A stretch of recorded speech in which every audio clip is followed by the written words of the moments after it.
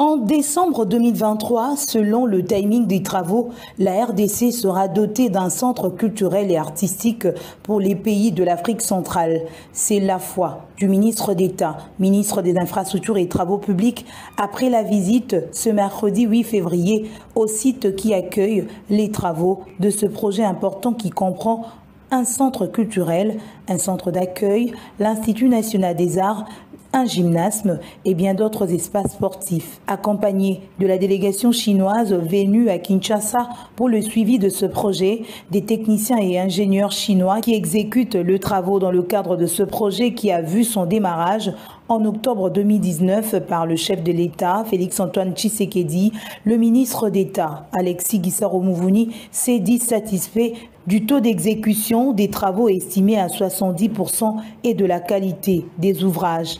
Alexis Guissaro-Mouvouni n'a pas manqué de louer ce projet qui symbolise la vitalité de la coopération sino-congolaise. Nous avons pu constater que nous entrons maintenant dans la phase de finition.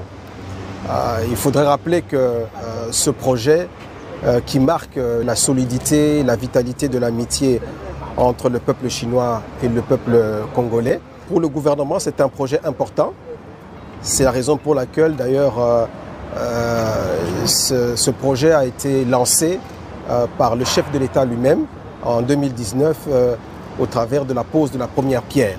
Et nous pensons que à l'achèvement, il viendra lui-même inaugurer ce grand ouvrage. En termes d'état d'avancement, nous sommes à peu près à 70% aujourd'hui, donc nous pouvons penser que les 30% restants vont pouvoir être achevés dans les mois qui suivent, d'ici le mois de décembre.